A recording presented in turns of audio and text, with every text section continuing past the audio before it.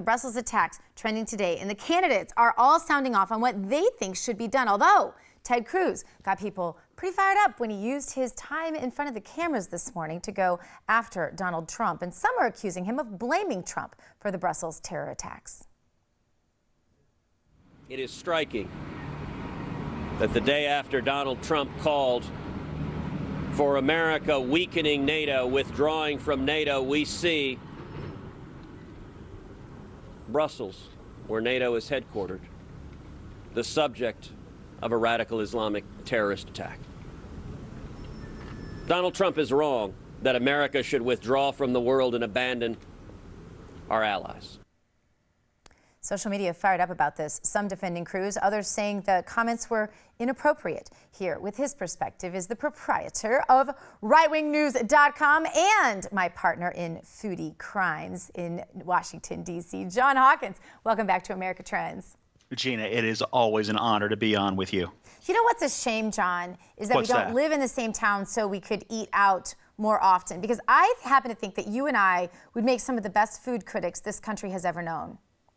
I have to tell you, you roll with a fun crew of people. Yeah, so well, there's nothing I would love more than, I could tell your audience some stories. I have to tell you, they would love that. Your ratings would spike. But you roll with a fun group of people. So yeah, that would be a blast. We'd have way too much fun. Probably good that we don't live in the same town. All right, John, I know you're a Ted Cruz fan. I just want to ask you what you think of his comments in his press conference this morning. I thought they were fine. I mean, in general, one thing I would say is that Cruz has been hurt a little bit because he's been going negative on Trump for months. And when you go negative on another candidate, it hurts you. It's hurt Cruz. It has hurt Trump with the general electorate, not so much with his fans. So I think he would be better off just sticking more to going positive at this point. Because let's face it, at this point, Trump's on a glide path to the nomination. I think it's going to be very tough to stop him from getting it. Your honest opinion, and I know you're always honest with me. We've been honest with each other from the very beginning. I've said, I sort of lost my heart for Ted Cruz when he started hiring people that I knew to be of questionable establishment relationships. And then I've been honest also and said, I haven't been able to endorse, even though I like a lot that Trump says, I kind of can't stand when he gets all bloviating and insulting. I just don't like the name calling, and that's just not my style of politics. When you saw Ted Cruz make those remarks this morning, did it feel like maybe it was a little too soon to be political about this? Not anymore. Every issue these days is politicized the second it happens. And, Trump was interviewed about it. Cruz is interviewed about it.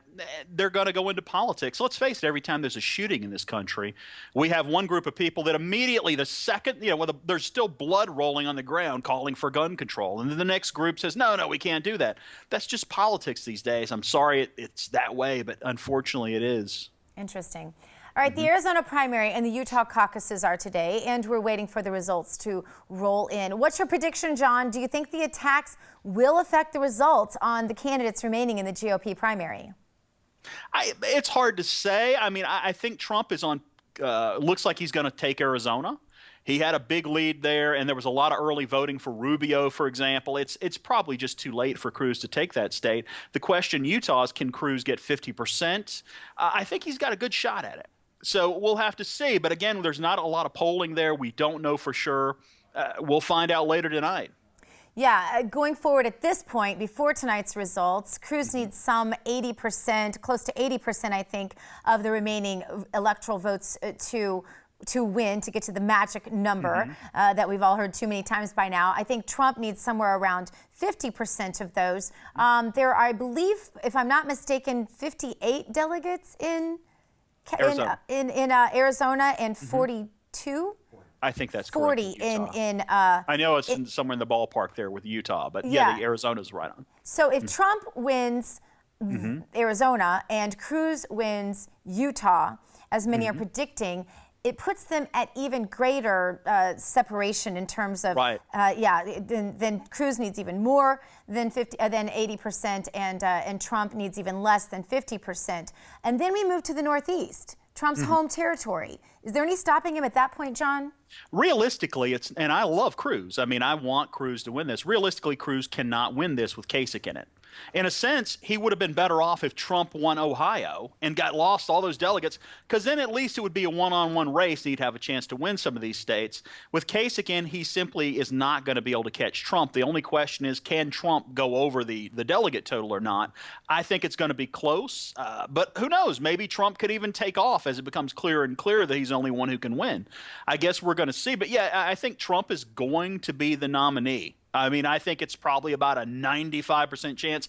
I know people keep thinking the establishment's going to steal it from him at the convention. When have they shown the level of competence necessary to do something like that in the last 8 years? I don't see it. I mean, I think it's unlikely. Yeah, it's interesting you brought that up, because that's been what has sort of turned me off about the Cruz campaign in general, is the vitriol toward not Donald Trump. I get, you got somebody leading, you got to chip away at them. You got to kind of nip at their heels to have any hope of pulling little pieces off of them. I understand how politics works. I've been in politics my whole life. But this is what I don't understand. The vitriol toward those who don't support Cruz, whether it's somebody like me who just simply hasn't endorsed and has defended Trump's right at every turn to be in this race and let the people decide, or those who've endorsed him. And I feel like that sort of organization and vitriol by the likes of Mitt Romney and others that the Cruz people are by force aligning themselves with at this point has never been shown for the last 7 years of Obama's reign. And that's the part that maybe makes people like me, if I didn't feel like it was really important for me to remain unbiased here, John, it would honestly, just based on that, if I were just a regular citizen who didn't have to talk about this and analyze it to my best ability every day and therefore want to remain neutral, I'd endorse Trump just to spite the hateful people out there on Twitter. I just want to get your take on that. I hear that. I've heard you say that a number of times, but just to give you some examples, Eric Erickson has cops outside of his house because of death threats from Trump fans. Ben Howe's getting them. Liz Mayer had to call the police over it. Bethany Mandel had to report to the police a death threat. She had to buy a gun. One of my writers, Sierra Marley, has someone stabbing into a pillow saying, "Vote Trump or I'm going to kill you." So if you want to talk about vitriol, there's a lot of vitriol out there. And I know there are lots of Cruz people who are mean to people who don't support Cruz. There's a lot of that going around. I mean, pretty much everybody has been pretty vicious in this primary. I'm just saying, if you don't think there's a lot of that coming from Trump fans, you're missing a lot of nasty, nasty stuff. I mean, a lot of death threats, a lot of anti-Semitic stuff.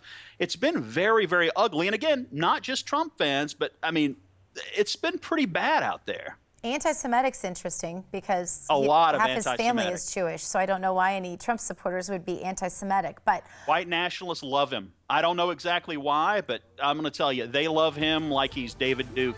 Are you sure it's real? Because I mean, I remember Tea Partiers where we'd have Nazis show up and we'd have to get them out of there. I don't know why. I mean, I'm not, I don't know what they're thinking, but man, they love them some Donald Trump. It's going to be interesting, John. Thanks for being with us. Remember, we want to hear from you too. Go to YouTubeAmerica.com. Join